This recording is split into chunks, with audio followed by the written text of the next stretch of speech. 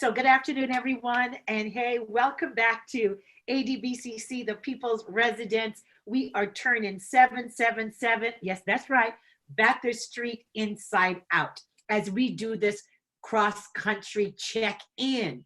I want to shout out my friend Carolann Wright too for putting this wonderful seed in our imaginations. We were thinking about how ways to involve our community and all Canadians at this time of COVID. And Carolann Wright, well, props from Toronto. Okay, we lost you back to Nova Scotia. But as you know, Carolann is the Director, Capacity Building and Strategic Initiatives for the African Nova Scotia Communities. And she's highly involved in economic development in the province. So want to welcome her today and thank her for encouraging us to continue to have a discourse with communities across the country. And she's never one to walk alone, always bringing others with her. So I'm particularly pleased today to welcome also Sharon Davis Murdoch. Oh my gosh, and also to Veronica Marsman. And they're the co-chairs of the Health Association for African Canadians, right out there in Nova Scotia. So welcome my mighty people, welcome my mighty sisters. Lots of love to you from Toronto. And I can't wait to get started as we talk about the things that connect us, the things that we can support each other on, and the things that are just part of our DNA. So welcome to all of you. Thank you. So much. Thank you. And so I'm and online to all those people too out there listening to us on Facebook land, in cyberspace, whatever land that you are in. Thank you for joining us, and we look forward to receiving your questions so that we can share with our panelists. So I'm going to jump right in, and I'm going to ask all of you, what does COVID mean to you? What are some of the things that you are doing differently at this time on a personal level? COVID-19 is keeping me extremely busy. What I'm doing for self-care is I am doing daily walks and spending lots of time with my daughter. I'm just trying to keep a balance between being at home so much, working so much, but then also recognizing that I need to give my eyes some time away from the computer and the whole bit. So yeah, just trying to take care of self during this unhealthy time. Thank you. So it is a very strange time in a lot of ways. It's hard to imagine the people that have succumbed to the virus and that were in this particular pandemic. There have been, historically, we know there have been, but this is the one we're living in. So it's a mindset in terms of, how you position yourself in this. Like for the first time in life, I had a video chat birthday gathering, for on the weekend. So that was different and fun. It was a birthday that I probably would have just passed on because it wasn't milestone or anything, but it's like, I want to see some of my friends. I want to see my girls I chat with. I want to just put this in a different perspective, and that helped a lot. Also, I'm one of the fortunate ones. I live on the homestead, an old property in Beachville, and I can go outside. There's basketball courts, there's a room to run, there's room to do all those things. So I feel very blessed and fortunate in that way. And I also love, I think it's an eldest child syndrome. I love being alone with my books and computer and all that kind of stuff. So I'm like, I don't really understand the boredom thing. Part of me feels a little bit guilty, and the other part is like, you know what, this is what it is, right? But very fortunate in doing the best to keep, exercise and healthy. And as you say, sorry I missed your health and food one, because I would have definitely wanted to get in on that conversation. Yes. Sharon. So I am, Veronica and I share two major things in terms of we're supposed to be, well, Veronica's semi-retired and I'm supposed to be retired, even though I work in community. But believe me when I tell you, I have never worked as many hours as I'm working now from home with respect to the COVID work that we'll tell you about later. But generally, you know, I loved my life very much before the pandemic. And I sort of love my life now because I'm grateful for many things. But one thing that is very difficult for me is that I have two absolutely beautiful grandbabies that I used to look after 3 days a week and sometime on Sunday. But my husband is a physician working in a hospital where there is a COVID unit, and we cannot afford to expose the rest of my family to us. I live here, you know, I'm the one who sleeps with him, so I have to be here, but we just can't allow for the babies and for my son and my daughter-in-law to be near us. So that is the hardest thing that I've had to endure as a grown person. I think one of the hardest things ever. So we do FaceTime, and I send them dinners, put all my love in that cooking. But man, I can't wait to get my arms back around my babies. So that's it.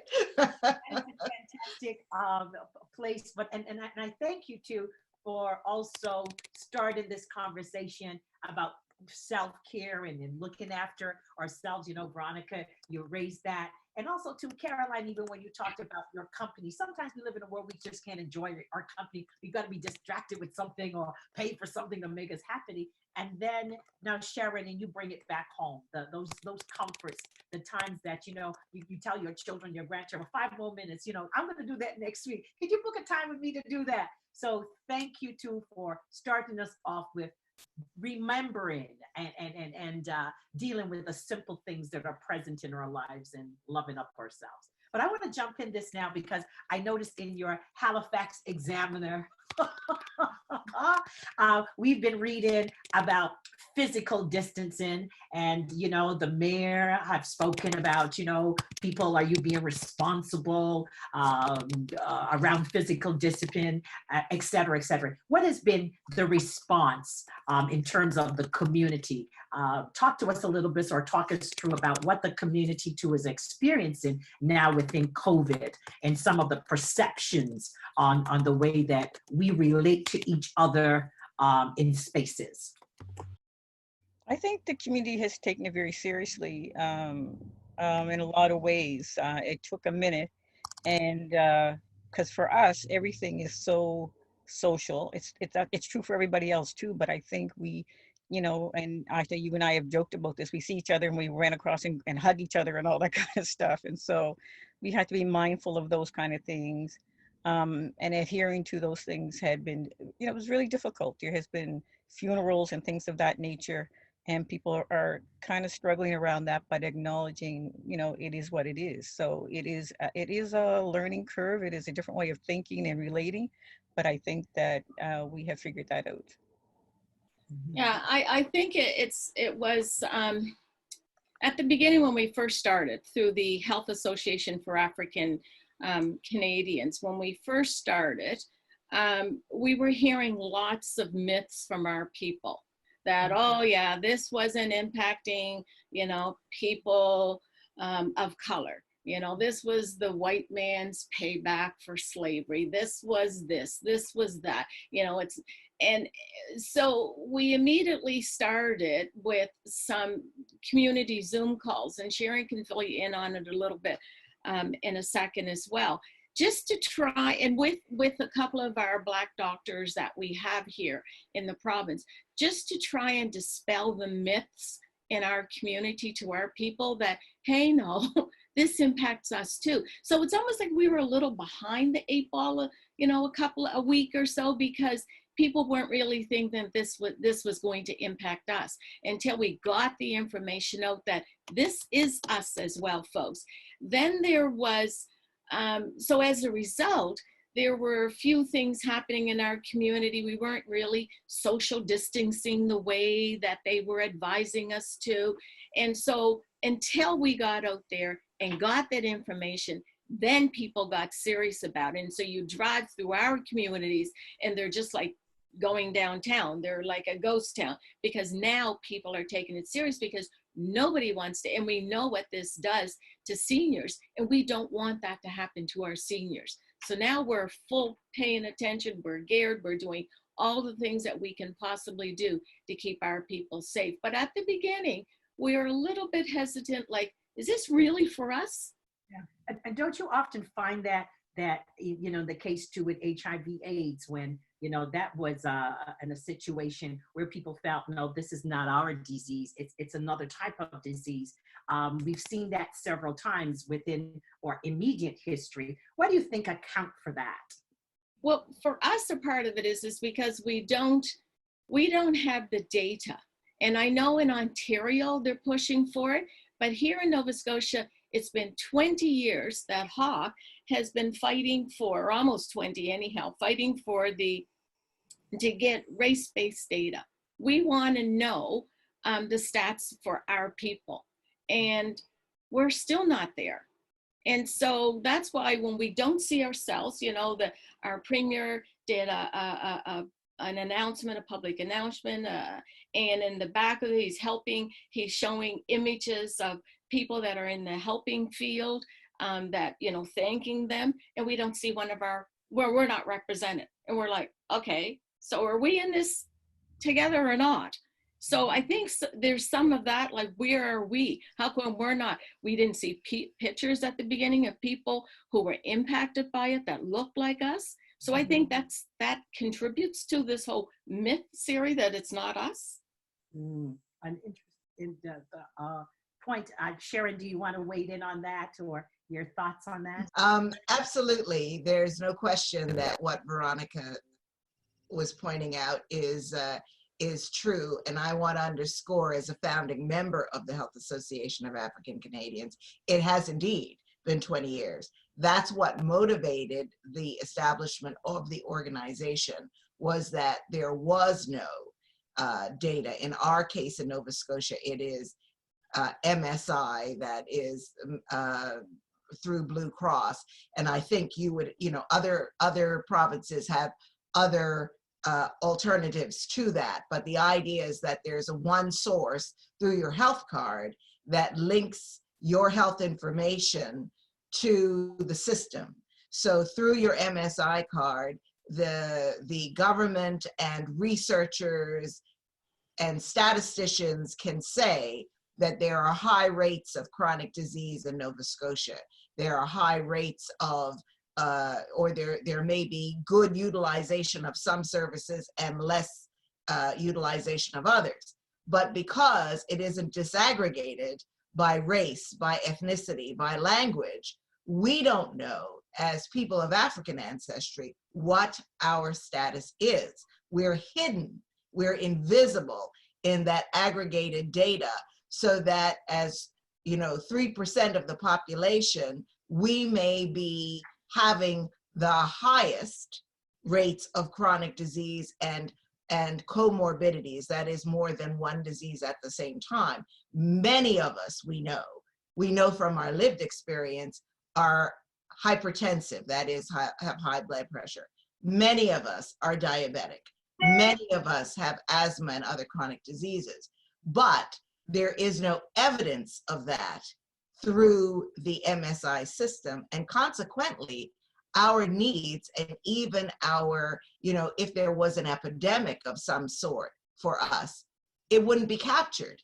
We would suffer independently. So we know anecdotally that we live sicker and die sooner.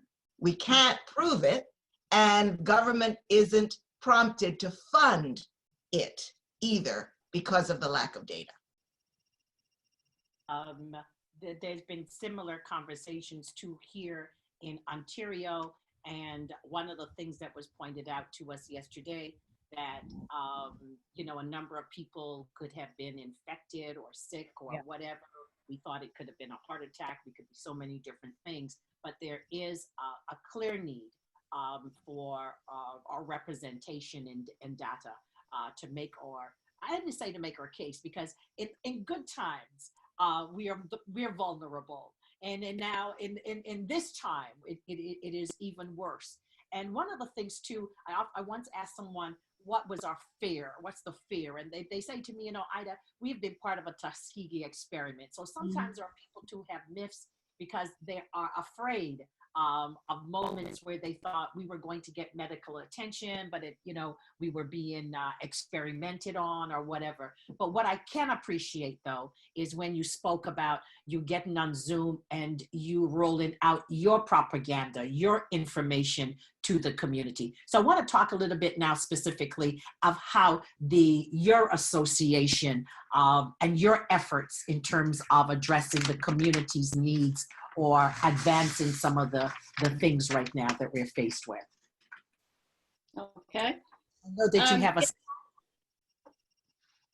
Yes, Yeah. we have a presentation. In addition to being co-chair with Sharon with the Health Association, I am also the past president for the Association of Black Social Workers of Nova Scotia.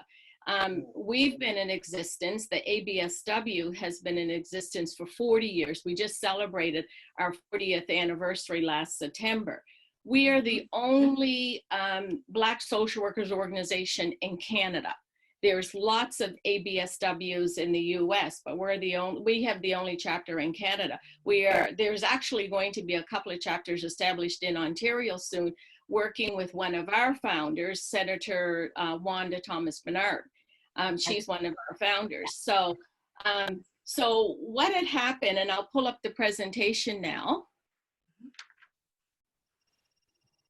is when we first got wind, and working with HAWK, when we got wind that, COVID was happening, ABSW, being social workers, normally social work, as we expect, are always involved in emergency planning in terms of restoring communities, helping people deal with emergency situations, bringing them through it.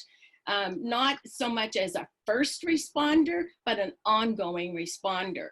So we as an organization said, okay, this is going to hit our communities. We need to get prepared. So we developed a COVID-19 response plan. So it was recognized by the social workers.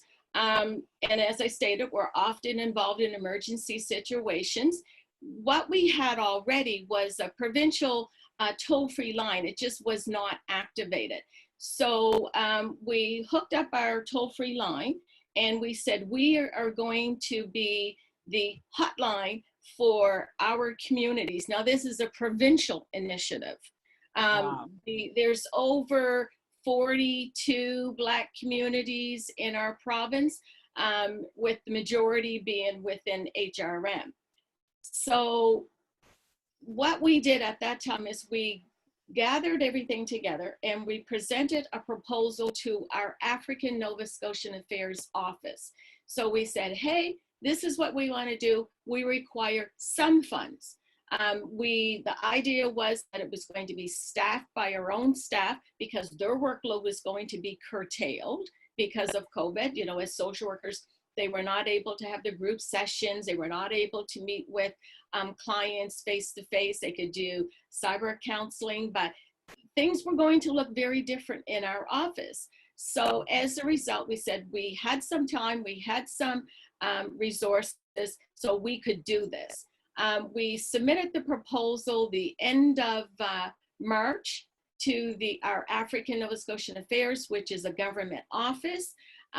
They readily accepted it, but they came back with, this is great, but it needs to be expanded. Here's what, and as a result, we'll look at the resources for you as well.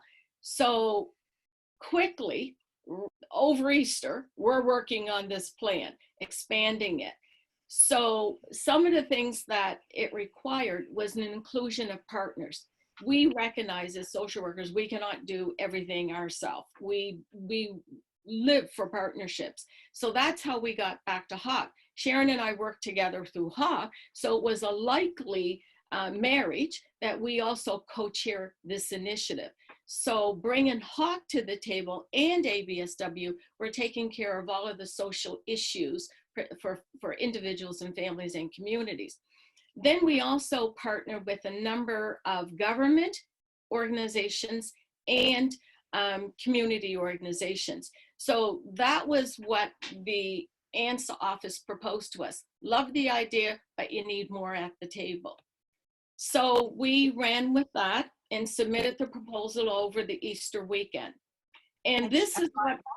Veronica, I'm just going to stop you right there only for 1 second to say this. For those who are tuning in, you are tuning into a conversation with Veronica Marsman, Sharon Davis Murdoch, and Carolann Wright out of Halifax, Nova Scotia. Again, we're discussing COVID-19 and its impact with the African Canadian community. And I also too want to bring to your attention, this is a response that has been prepared by the Health Association for African Canadians, and loving the model that is being proposed. Okay, so what you're looking at now is, you'll see at the top that there's Sharon and I who are the co-managers of this initiative. Then we have our ABSW toll-free line that I referenced. And we also have from the toll-free line a team lead. So that person there would be the person who connects to Sharon and I, who connects to everybody else in the team. Then we brought in our HAWK coordinators who are dealing with health issues, mental health and health issues. So we have two people. We have a doctor that sits on that sits on that team as a coordinator, and then we have a retired nurse. Both the doctor and the nurse are retired now. So, which is wonderful because that means they have the time to dedicate to this initiative. Then we also have a health coordinator who works with the government office. So we have, and she actually, this is a new position that through HAWK we were instrumental in bringing to the table through the, Nova Scotia Health Authority. So she is the, Sharon, correct me the title, the Black advisor. She's the African Nova Scotian Health Consultant for the Nova Scotia Health Authority, the governing body of health. Right. So we're really pleased that we were able, and actually she got in the position, I think it was January, and then COVID hit. So all of the tasks that she initially was planning to roll out have just been pushed to the side like everybody's work these days while she concentrates on COVID in the African Canadian communities, African Nova Scotian communities. Then we also have our AUBA coordinator. Now, the African United Baptist Association, again, for Nova Scotia being more or less the birthplace of Blacks in Canada, we have the only AUBA. And they've been around 106, this year will be 168 years that all of the Black Baptist churches come together annually in August and have our annual convention. Over, 600 or more folks would attend those weekend sessions.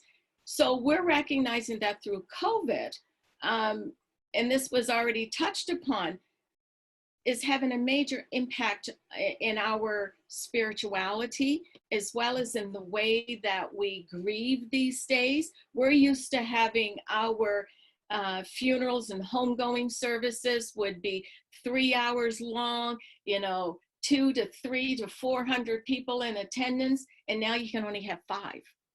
And That's right. we have deaths happening daily in our community. So it's like, how are people dealing with that? We can't come together. There's our loved one. How are we dealing with that? So we have a spiritual advisor on our team working collaboratively with HAWK, with the Health Association, developing grieving sessions, counseling sessions online, group seminars. In fact, next week is going to be their first joint initiative. It's kind of a check-in, just like now, what's happening with everybody in our community. So that's another partner at our table. In addition, we have an educational consultant. So this is a principal who's been highly recognized in our school systems here. She has done some real wonderful Afrocentric work with our kids. She's a principal at one of our local high schools. So we have her at the table, and she filters into the government institution as well. So right now we cannot afford to have our Black learners fall behind. That's 3 months out of school. So what are we doing to take care of their educational needs? So if it's Chromebooks that they need to meet their academic studies, Karen would make that happen. Right now, we're getting lots of requests for educational supplies, information, tutors to help the kids, because the parents are saying to us, I'm not a teacher, I don't know this material. So we work with Karen to make that happen for kids in their homes. Then we also have a representative, actually 2 representatives from our African Nova Scotian Affairs Office who sits at the table as well. And then we have the Department of Community Services. So this is the government office that child welfare has responsibility for child welfare, for income assistance, for housing. And so they have stepped up to the table. They've been wonderful. And my question is, Veronica, have these people, have they been working together in a coalition, or these are stakeholders who have been in trenches and in different spaces now coming together to make this collaboration happen? Both. Right now, they were all doing their, individual work in support of the African Nova Scotian community. So it wasn't hard to bring them to the table. And other than even for DCS, that's not, most of them are Black institutions anyhow, except for education. It's a large government department, but the person that we have as our coordinator, and we do have a number of African organizations, Black educational organizations, such as African Canadian Services Division and all of them. But we've got together, so it's an investment in the interest of the Black community right now. So in the department, a wonderful point for us to keep affirming. We do work together. We do work well together. I like to say that all the time. Yes. Everybody else on the planet will have their hiccups, but this is a time. If there is any other time that we know of now, it is important that we collectively come together and build in our collaborations. So I'm pleased as you are speaking. I'm thinking how we are firming too. People working independently on different things, but now coming together and bringing their best practice together to be in this moment. I'm going to ask, we've got one question or a comment from one of our participants, Tiki Mercury Clark, and I think Tiki was the first person, to even to sign up. Tiki, can you hear us? Tiki, you are somewhere in the participants. Yeah, there she is. Tiki? Hello? Hi, Tiki. She's somewhere in cyberspace, but unmute. Tiki, can you hear us now? She'll probably come back to us, but she wanted to comment or to ask a question based on something that you shared. So I'm going to let you continue with the presentation. Yeah. Okay. So the Department of Community Services, taking care of social issues for the province, has really been a big player and have stepped up. And so they're the ones, they've actually provided staffing to assist us. So they're staffing the case aides because they're not transporting. They are purchasing foods. They're delivering, they're gathering food boxes for families in our African Nova Scotian communities with NHRM. So they're purchasing the food, they're boxing it up. We have a distribution center in one of our communities. So everything gets dropped off there. They're sorting it. And then we have drivers in our communities who would distribute it throughout.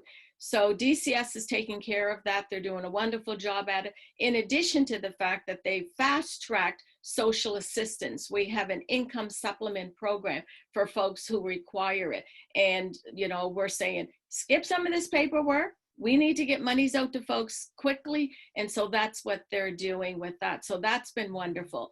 And then lastly, as part of our team, our response plan team, we have our community intermediary. So that person she's actually one of our Black social workers who has a foot in a number of our Black communities. She's from one community. Her parents were raised from another community. She married a man from another community, so one of our Black communities. So she's got her feet on the ground in a number of our communities. So we have her as our go-to person. What's happening in the community? What does the community need? How do we get it to the community? Who do you have working with you in the community? And then she has a team of people working with her, as you see here. So this just shows you how it works. The three major communities that we're working with right now are Cherrybrook, Lake Loon, which is an older, more senior community. And then we have North Preston, and we have East Preston. So these three communities compose of the Preston Township, as we call it. And last year they had a joint 10-day celebration recognizing the history of all three of those communities, because they're not only, you know, they're closely linked together geographically. So and you've been having struggles too, and challenges with seniors, like that has been discussed in the news, or we're seeing here in Ontario, in Quebec? Well, what North Preston in particular, they identified as being their hotspot, meaning there were folks there that were tested positive, so they felt, okay, we got to control the spread in this community. So they set up assessment centers in North Preston, initially North Preston alone, and they wanted the other communities to feed into that community assessment center. So they have identified North Preston as being a hotspot. Because they don't provide us stats, we don't know if that's true or not. We're being told it is, but again, it comes back to the data, and we're not getting stats on it. So right now, we say, yes, we do want to keep our people safe, so we're complying with the orders. We are ensuring that our seniors are taken care of, that they get food boxes. They call into the toll-free number, they tell us what they need, and we have runners that will take care of their needs. So that's how it looks on the ground. Mm-hmm. Over to you, Sharon. Carolann, I want you to jump in here. And again, I'm very pleased to see that there is a response, there is a model. I'm sure in Ontario that they may be models, and there are models, but I'm particularly pleased, though, to see the response not as something reactive, but you've almost thought it through in terms of how to respond. So my question is, in terms of economic development and post-COVID and all these things, how do you see a model like this working, and what are your thoughts on this?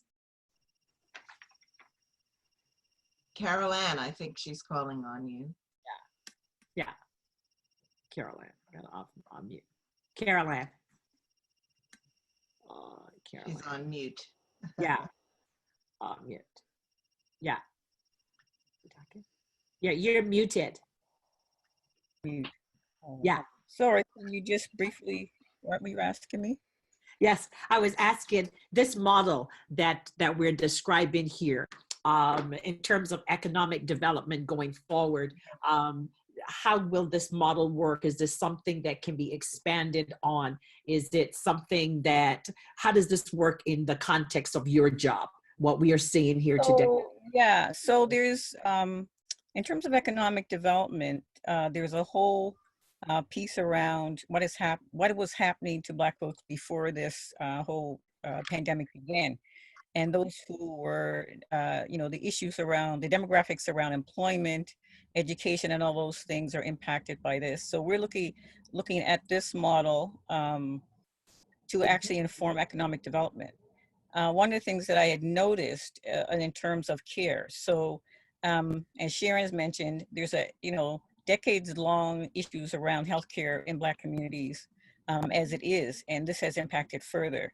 There's issues around the disparity in terms of employment, and this impacts it further.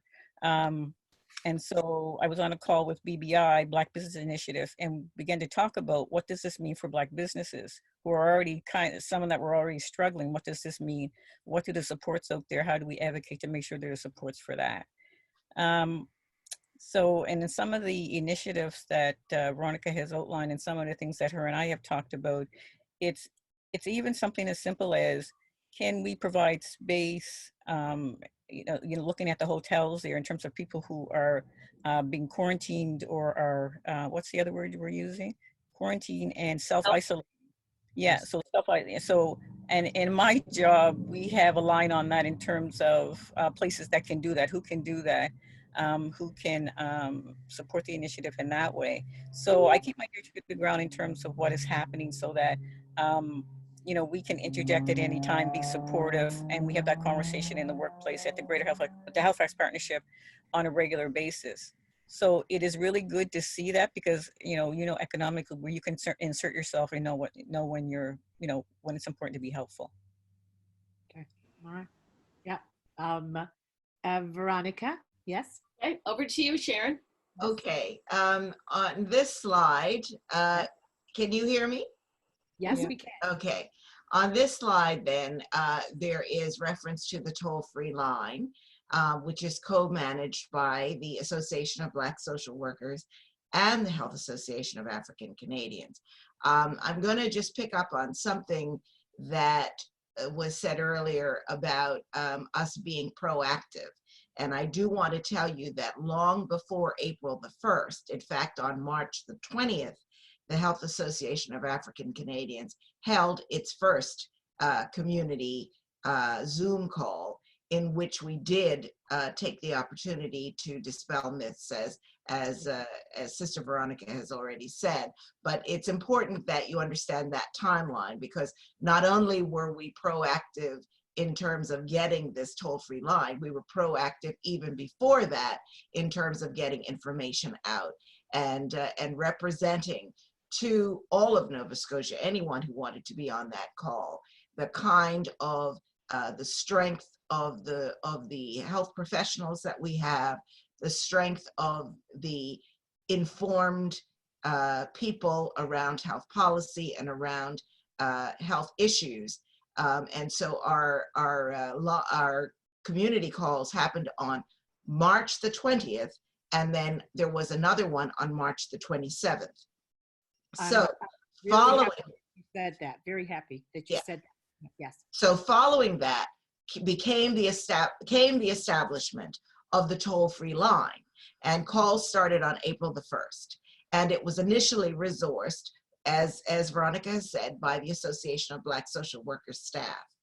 And their members were calling for assistance, or there was an opportunity that you could have where you would call them and ask for assistance, is what I want to say.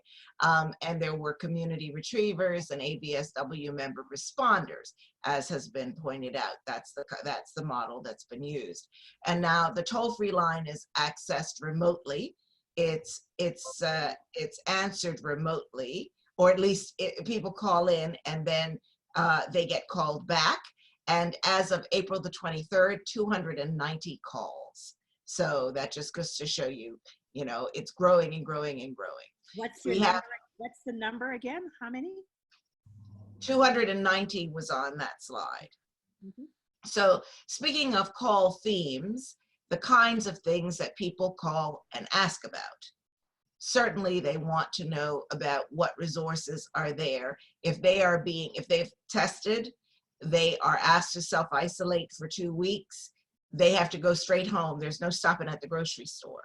So they're going to need help to get food and resources so that they can be at home. And that opportunity is there through this toll-free line. We can be called, they can get resources. They also call the line because COVID has meant that many people have lost jobs. And there are questions about how are we going to exist? How are we going to get enough money to live in this situation? So they call and ask about that.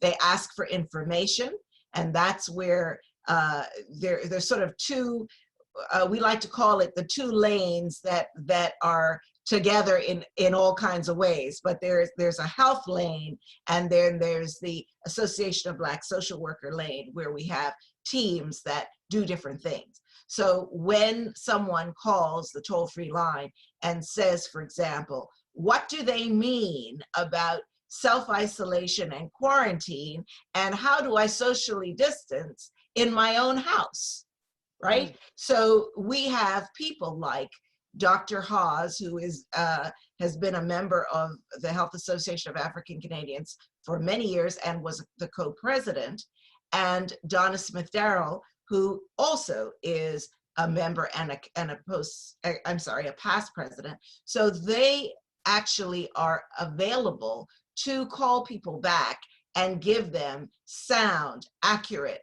health information about this and many other things that are health related, including things like what are symptoms, and if I'm experiencing this symptom, what should I do, and so on and so forth.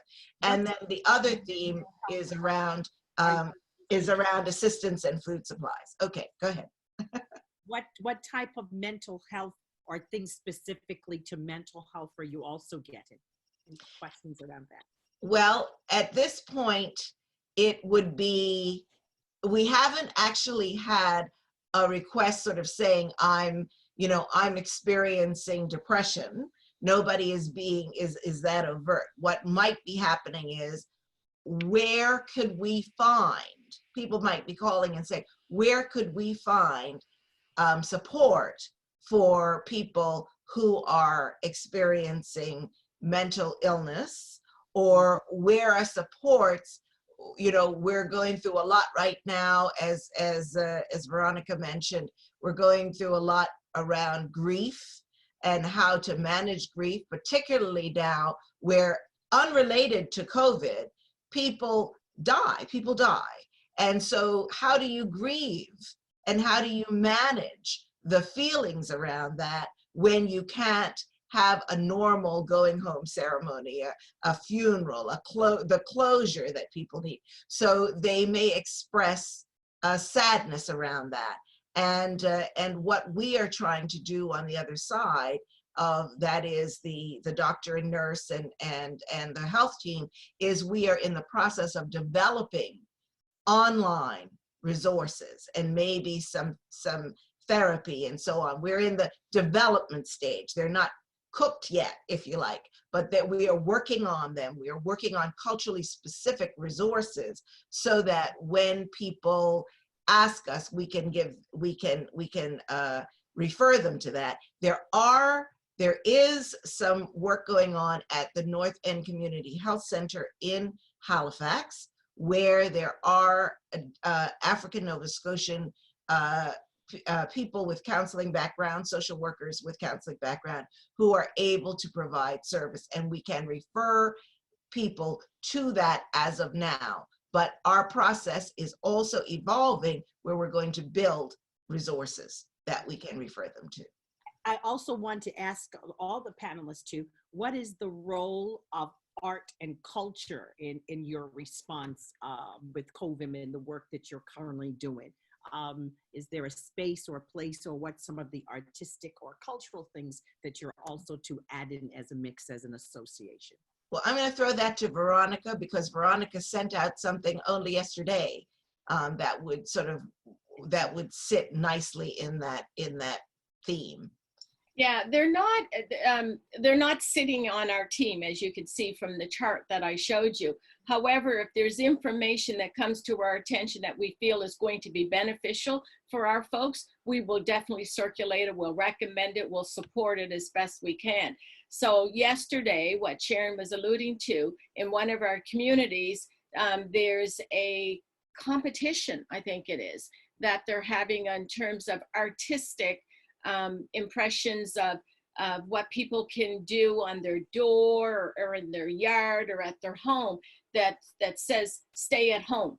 So all kinds of different graphic designs. So they're going to go through, they have a time frame in which they have to develop this or paint this or do whatever they're going to do, draw this, and then there'll be somebody who will be driving by and judging it.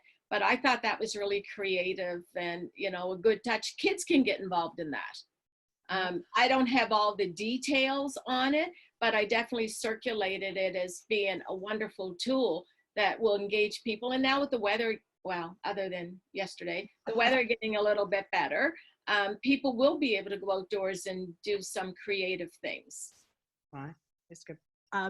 Do you also see now in going forward, though, a greater need for advocacy, or when people go to the doctor, to the hospital, to the wherever, that there's a greater need for the role of advocates, the language that we use, sometimes the language that we speak in, on and on and on. We've come in from myths now to, yes, this is something that impacts us. Yes, there's a lack of data, but what is the role of advocacy? And Carolann, do you want to take that up or to jump in? Sure. When I left Toronto, I left an incredible organization called Women's Health in Women's Hands. And, you know, there were roles for health advocates in that organization, along with physicians, nurses, all those people kind of collaborated to do that work. The need for that is really important, but I have to say to my sisters online with me, Sharon and Veronica, those guys have done, I mean, they're showing you the PowerPoint, but the work that they have done and the hours that they have put into this, I mean, is quite incredible. And it also showed me that, you know, how quickly a community responds when they understand the urgency of an issue, and the community responded. Now, we have spent time, and you know this, you know, the people going back and forth about this is strategy and that strategy. People were like, we have no time for this. Like, we need a strategy that protects our 35,000 African Nova Scotians, you know, really protects us and makes sure we have the right information. And people did that in a way that was quite wonderful. And it reminded me of the work and why I watched Raise Women's Health is because that was the ongoing work around, you know, FGM in the day and those things, around making sure people had the right information. And as Sharon said, that was critical because we come up, you know, we can come up with our own theories on things in a heartbeat, right? So there was all of that had to be dispelled right away. There was no time for dilly-dallying around that. So advocacy coming out of this is going to be really critical to remind our communities in terms of how we have to be health-wise and why that's important, because as you know, this is going to be a slow, you know, when we come out of this, it's still going to be a slow roll in terms of healthcare and things like that. And I hope it teaches us, you know, things like going to the doctor, getting in the right information will be really important. So that advocacy that you guys are doing, that you're building, I hope you keep that in the plan. So that, you know, for me, that is really critical, really important. One of the things that we had discussed yesterday in our planning response plan team meeting is the need, especially for the health folks, our health coordinators, that right now there might be not a lot of uptake for their services yet. But it's almost like when people are living, you're reacting. Right now, it's about living, getting through the day. And then when we settle into our new norm, then it's going to kick in on people that, you know what, I'm not feeling good. I need to take care of self. I need to go see someone.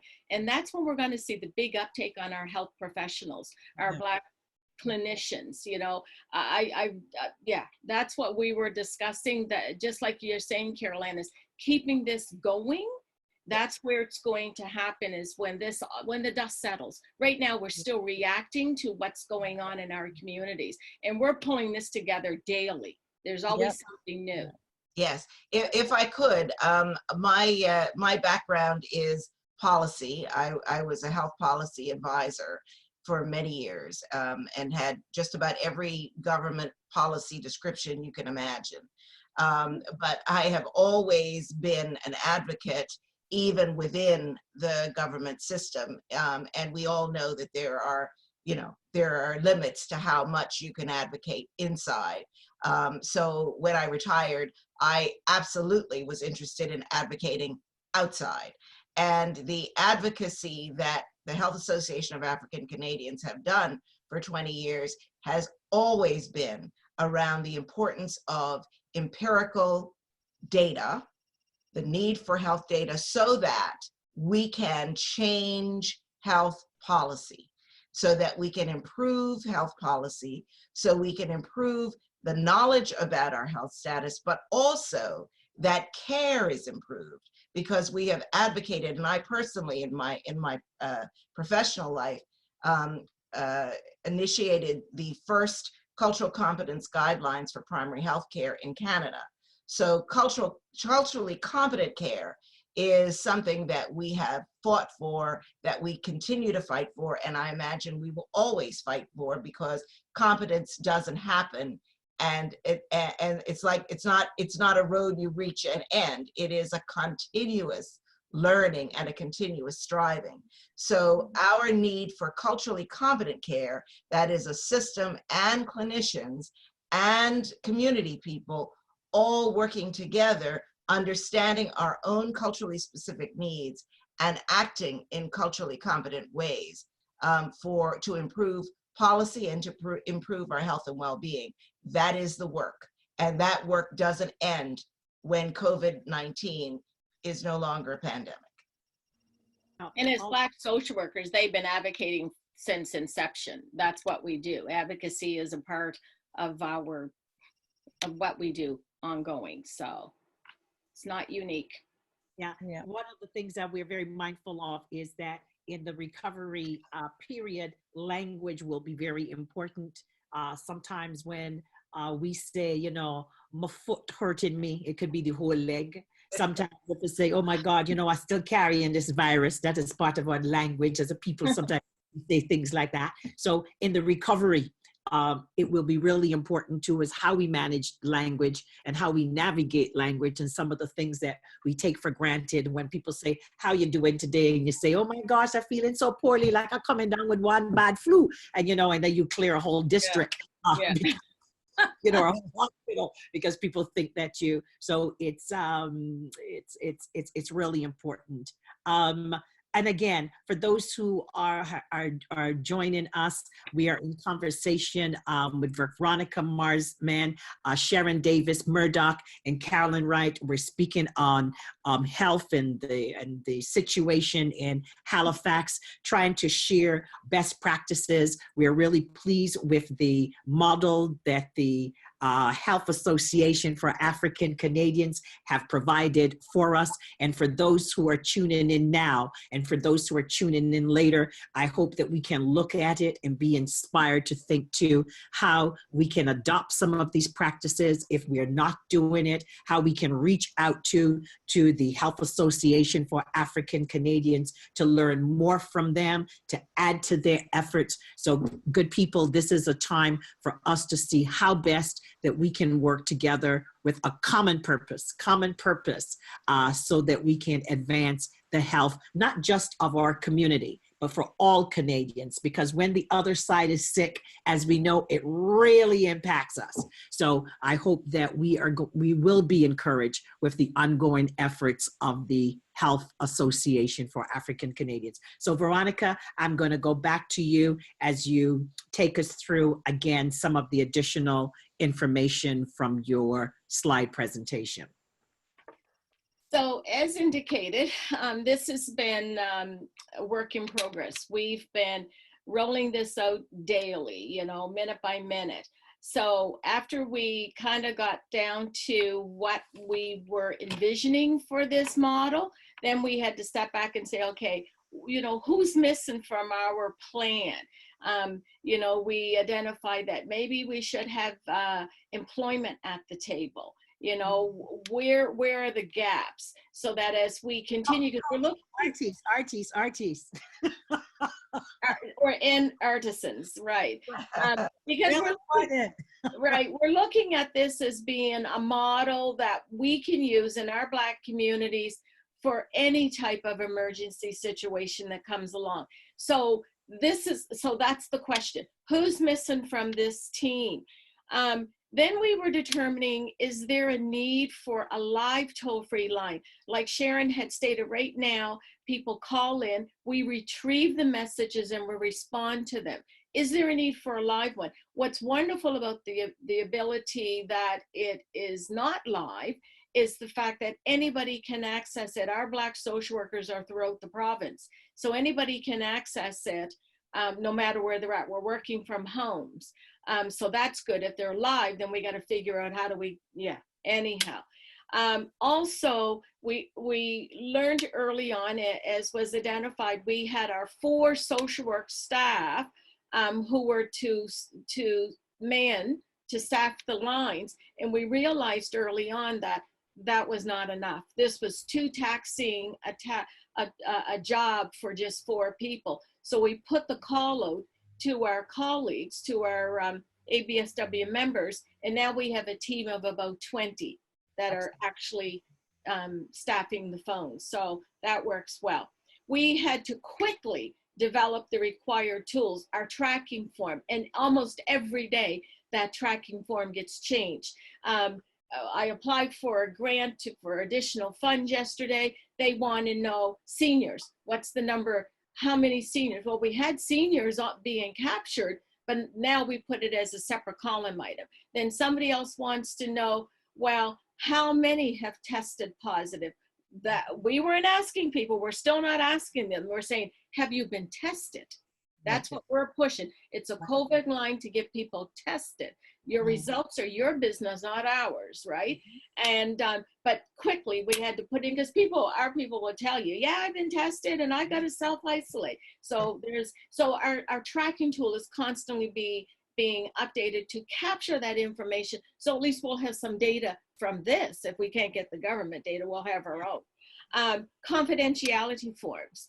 We're not having these runners on the ground going to people's home knowing their business. People, we don't want you to know that you gave me a food box. So you need to sign a confidentiality agreement. Their schedules, as Black people, we always do stuff for free. Everybody jumped into this for free. They're taking care of our folk.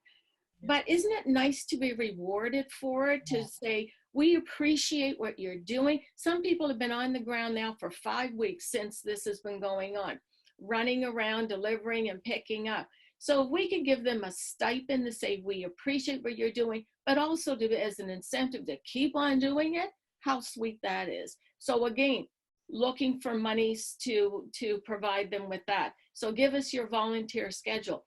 And then training our team on COVID. What does it mean? We've had the health professionals come in and talk about, what does it mean? So if somebody says on quarantine, or they call and they say, I have to self-isolate, but I didn't test positive, and they're questioning, then we can say, yeah, because you probably did come in contact with someone, so it's getting the necessary training for our folks as well. The beauty of all of this too is that when the story is told, and I guess this was Sharon's point, and to say that March the 20th, you were vigilant. Again, we have a stereotype and a stigma that we can be late, but it is like oftentimes when Dr. Teresa Tam is being interviewed, and she makes the point, early in the year, this was brought to my attention, and this was my thinking, or I acted. And so it is really important, not just for your community to know this, but all of us to know this. And especially in Toronto, where we think, hello, the world ends here, the leadership ends here. No, this is a good time for us to say, here is a group of people who saw a situation and acted on it. I think that boosts the confidence of our people. I think that it makes us look as though we are not followers, but we are actually more in those leadership roles that we are in, but that are not valued. I can see why Carolann thought it was important to have both you, Veronica, and Sharon in this conversation. All the time that we're talking, I'm thinking about the things that I've been exposed to in the last little while around our response. A lot of good stuff, but I still think that some of those conversations we're stuck in is still asking for permission to do things, where you are coming with, this is what we have done. This train has gone. So you can only give us more gas or fuel to get going. So again, people, when we talk about leadership in this country, we must always see that leadership comes from all places in this entire country. So I'm feeling very refreshed by hearing your presentation, by looking at your, capacity building always drive me crazy, but looking at our ability to work together and to validate the things that we do normally with each other, but oftentimes we need to validate. We've got this sister, Tiki. Tiki, are you there? We've been trying to get her in with this burning question. We can see. Her mic is off. Yeah, Tiki. Hello.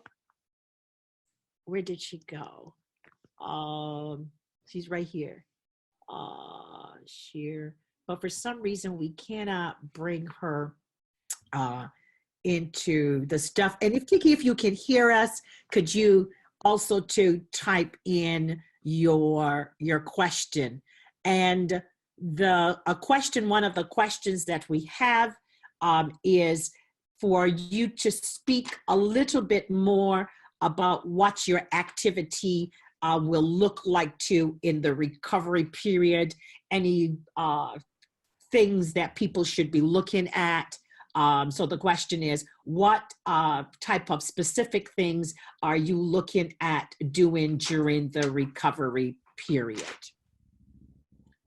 And I know we've mentioned some things, so I don't know if they've missed some of that, but they wanted to know your thoughts and thinking on the recovery period. I can offer one thing that we certainly are thinking about, and that is that the resources that I mentioned around mental health support and grief support are not meant to be things that we put in place for 2 weeks. They are meant to be things that will be there, that we can build on, that we can adapt as time goes. So from my perspective, and it's important for me to say this, the Association of Black Social Workers were the initiators of the toll-free line. And the Health Association has always been there, because Veronica is also connected as co-president of that. But so we build and build and build on our history and on our good work as we go. From my point of view, in terms of the recovery, as you call it, to me, this is a pivotal moment for policy development and change. So though we are building things because, or as your mothers would say, as West Indian mothers would say, necessity is the mother of invention. So we know that. So yes, we are responding. But in addition to that, we also want to take this opportunity to build policy, to build infrastructure, health infrastructure, and so that we would be able to do much more with during recovery. Wouldn't you say, Veronica? Sounds good. Yeah.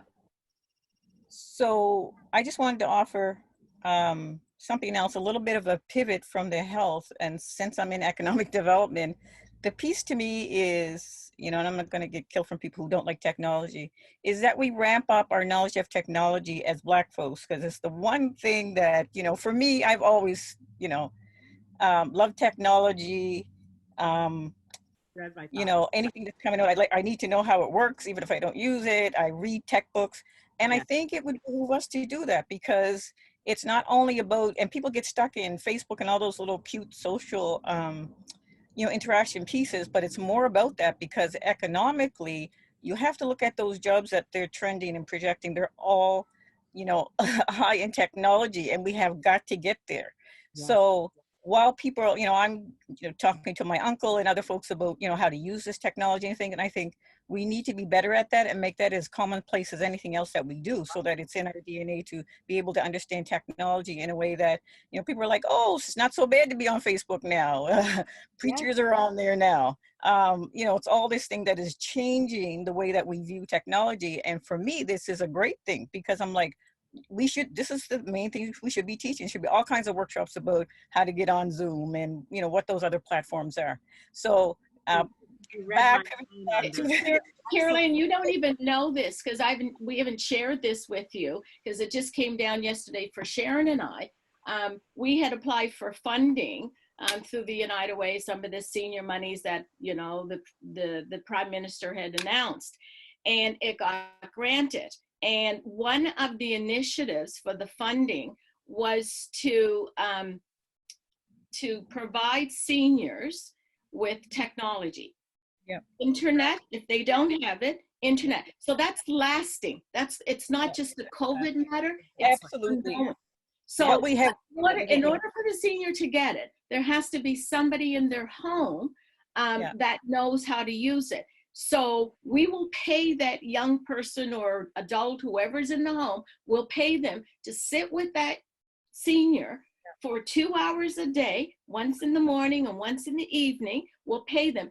And if nothing else, that they know how to use Zoom, because so those senior groups can continue to meet via Zoom.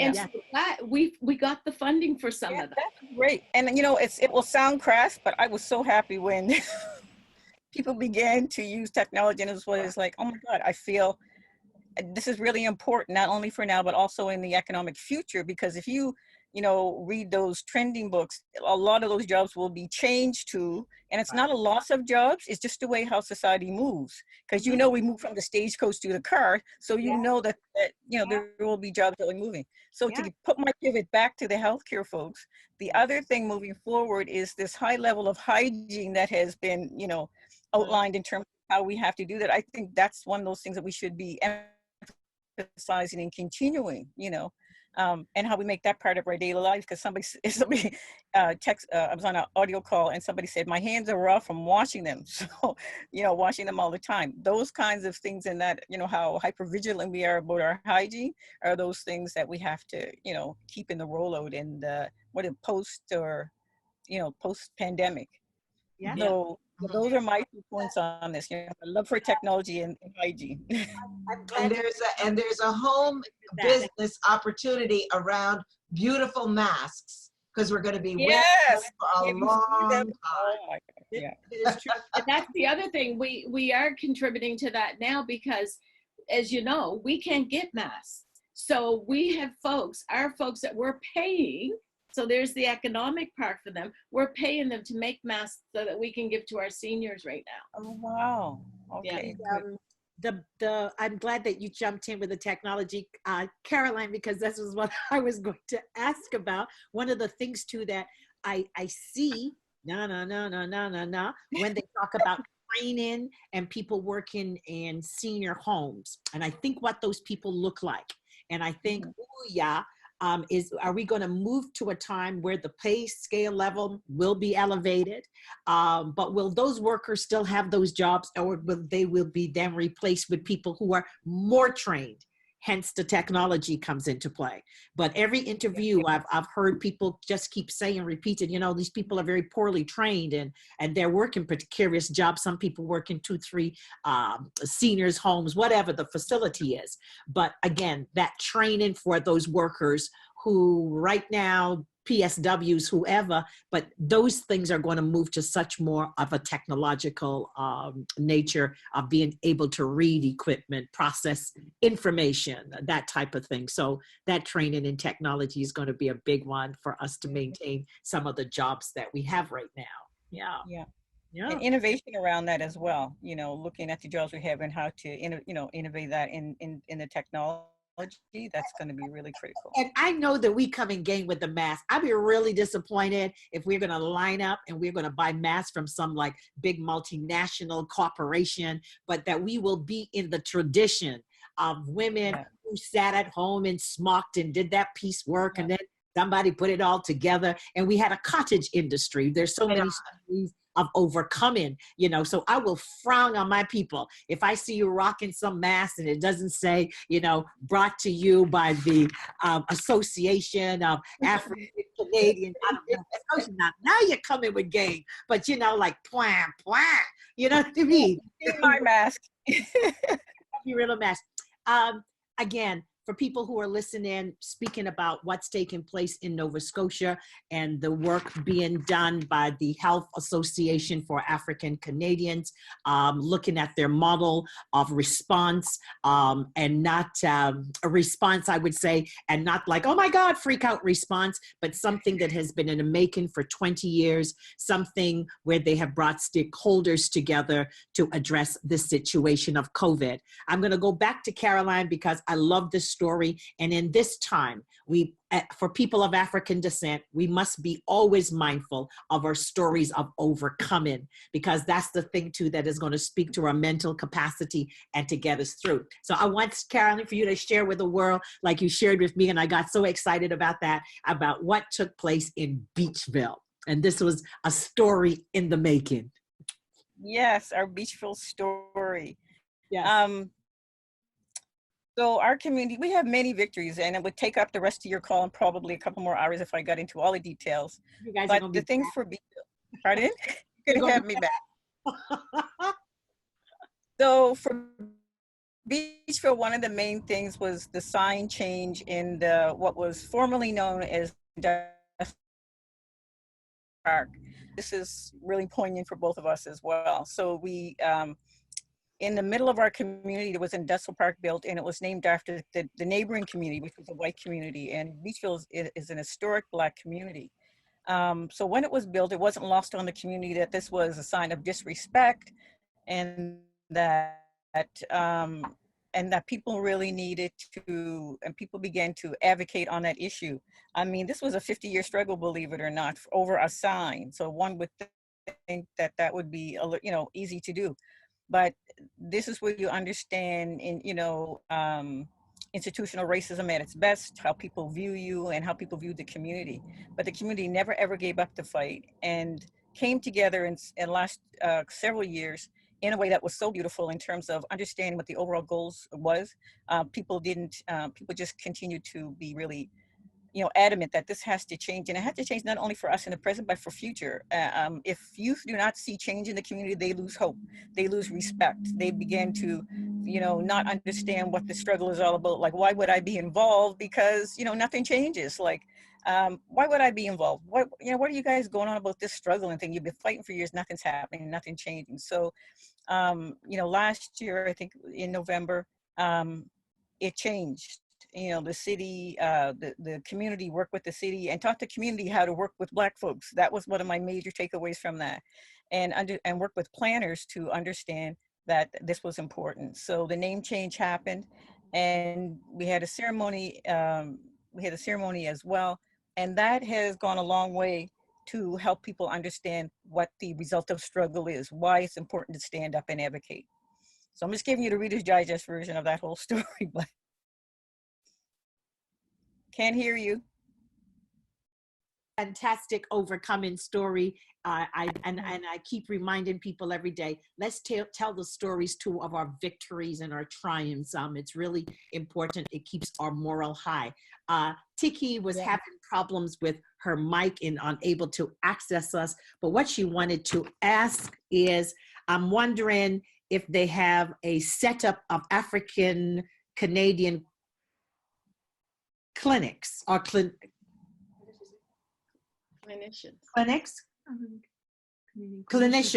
clinicians who protect the interests and needs of our folks within the treatment area. For example, in the event that ventilators are in short supply, decisions will be made as to who gets it. The decisions will also be made based on studies. One that was recently highlighted regarding the chances of surviving incubation was revealing. After many dense paragraphs and graphs, there was one little line hidden amount a bunch of other stuff stating that Black people have a 20% lower fatality rate than everyone else. Will clinicians taking care of us be knowledgeable of ethno-medical differences? Who is watching our backs? If you have already covered this, I apologize. Yeah. That sounds like something that I probably am not going to be able to answer fully, but I'm going to take a shot at it. Okay. Thank you, Sherry. We do have people of African ancestry on the front lines and at every level of the Nova Scotia health system. Do we have sufficient numbers? Absolutely not. Absolutely not. But we have them. The deputy medical officer of health is a Black woman. She is Dr. Gaynor Watson Creed. You can't get higher than that, besides the medical officer of health, who is Dr. Robert Strang. But she is pretty high up there. And in terms of physicians and nurses on the front line, and clinical social workers, and people in administration, we do not have sufficient numbers of people in administration, but as Veronica mentioned, we now have an African Nova Scotian health consultant, the first in the history of the province, who is a consultant and advisor to the governor of the health system in Nova Scotia, who is the Nova Scotia Health Authority. They are the people for whom the responsibility of doctors' health service delivery is all planned. She is there at that table. There are physicians in primary health care. There are physicians in acute care.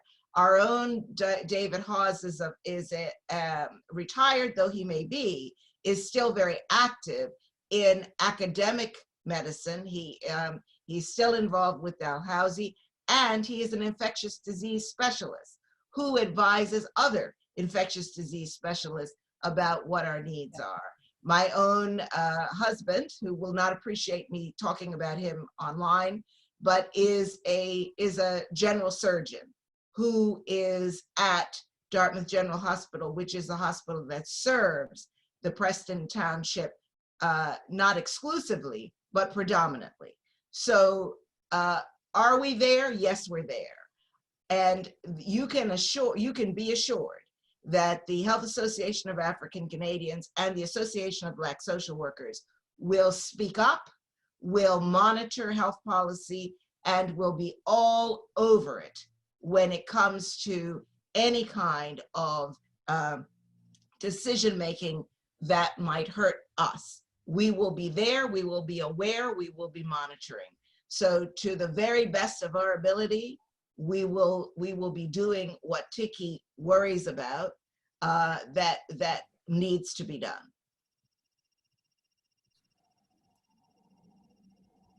Your mic. You're muted. You're muted. Yeah, the name of the deputy medical officer is Dr. Gaynor Watson Creed. Gaynor Watson Creed, yeah.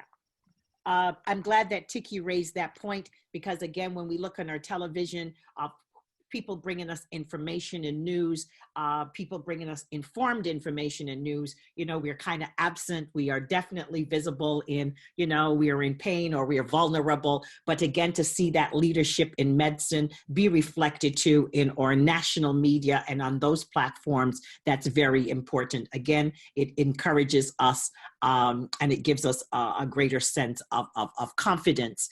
And so thank you, Tiki, for mentioning that. And thank you, Sharon, too, for identifying some of our leading people in medicine, some of the people who are in the trenches and on the front lines who can further inform us. And so as we move towards closing this segment, this is Rich. I want to just hear your final thoughts, some things that you would like to leave people or viewers with, thinking about how best to go forward And I know we keep mentioning Black social workers all the time. And I also too want to hit people to, there's a book called Fighting for Change, Black Social Workers in Nova Scotia, and edited by Senator Wanda Thomas Bernard. So again, if we want to follow through on the history of Black social workers and have a greater sense of who they are, that book is available. And of course, you can get it at a different book list center. So final thoughts. Veronica. Well, I think we're very proud of our response to the African Nova Scotian community. The level of support that we receive from all levels of government and our community has been very heartwarming. We are making great strides. We look forward to we don't look forward to having to utilize this template, but we look forward to the fact that we have something in place that we could use in the event of another emergency. Yeah, I mean, we're just pleased to be a part of it. It's been a lot of hard work, a lot of long hours, as Carolann has stated, but it's been a good ride. Nice. Thank you. Yes. You look great, though. You can't see the bags under the eyes, right? Yes. Oh, I love the technology in Mac. Yes. That's that good skin stuff, right? We all got it. We all got it. Nice. Very cool. Anybody else? Yeah. Last time, Please. Pardon me? yes. Amigo. So first off, I have to thank my sisters because without, I just, Veronica and I are like that. I just texted and said, listen, I'm going out. She didn't even know who she was talking to. She didn't know anything. The scary level of trust they have in me. Right? So I want to thank them for that. And we work together a lot. So I love them both. And the fact that they just jumped on this and said, and we have no problem sharing our stuff, which is really great. Yeah. And what it has done, not just because the two of them are online, but I've talked to a lot of folks, even at work, I've talked to a lot of folks and talk about the level of comfort and the level of safety around your psychosis around this. Even though, that there's emails that come from those guys all the time, knowing that they're there has de-escalated that, a lot. And I don't think you guys realize that. So, just telling you in the terms of the conversations that I'm having, that it also provides a level of safety and comfort and security for the community. So that's extremely important. And as I said, and seeing the way that this is working in community. So thank you both. And thank you, Ida, because, we talked and you said, what's going on down there? I'm like, I have the people for you. We can do this, right? And so having that level of engagement is really important, and we need to do it continually. And even on an economic level, we can have a whole show on that, because that's another piece in terms of our community and how we will fare. But thank you for this, and thank you, my sisters. Thank you. Karen. I just want to add my thanks. For the opportunity. Notice we are rooted in Nova Scotia, but our name is the Health Association of African Canadians. You are members. You are extended family. We call ourselves the Hawk family, and you are part of it. So, thank you. I know. Like to see the vaccines. So I want to say, today has been a tremendous day. I thought I was going to just get a little treat, but this is an amazing gift. Again, I am very impressed with the leadership. I'm impressed with the fact that, we have multiple conversations, but here is a doing conversation. This is not something we're dreaming to do, but we are actually caught in it. We started off, and the first thing that Veronica said was, take care of yourselves. Oh my gosh, that is in our community. Watch yourself, child. Have a good life, dear. You're all right, darling, right? Take care of yourself. Our community is always pushing us to do that. And then Carolann said, I can't be bored with me, right? And we struggle with that. That speaks to mental health and capacity. Look at all the things that I could be doing alone or with others. So I thank her for bringing that to our attention, looking at self again and to bringing you along. And then Sharon, then you brought us back to, I can't wait to like participate with my grandbabies and the joy that they're bringing to our lives. Again, connecting us back to family. And so when the story is told or when I'm asked, I will say that I had the opportunity to speak with you today. And I'm glad, Sharon, that you pointed out this is the Health Association for African Canadians. Whoa, that makes it real national now. And we don't have no fight about like, you know, did we cover French? Is the left-handed people involved, you know? Under a rock? No, health is for everybody. So come out of those corners. I also like that we are seeing leadership, and I keep harping on this, coming from other places except the space called the province of Ontario. And I'm hoping that whether you live in Quebec, whether you live in some part of this country, that this conversation that you have heard today will inspire you to reach out to the associations, to also view the history and the movement of people in social work, Black social workers, a whole lot different. So I walk away today, and I know that the folks who have been engaged today, we've walked away with so much to consider. You've documented it. You've got a plan. And one thing they always ask us in a meeting, do you have a plan? You can say yes. And then they say, well, what COVID experience do you have? And we can say, the best at the leadership in the medical profession in this country. And you know what? We came through the middle passage. So that's a COVID moment where we had to reimagine and repurpose our world. So there it is. Yeah. Good people, love you. And I hope that this is this moment in April, but that in May that you will be back to give us a further update and to tell the world. We got so many calls and people are just doing all kinds of things. And you know what? They throw so much mad money on us that right now we buried onto all that money. We can't get onto the Zoom. The reason that they're giving us all this money to us all up in here is because we had a plan.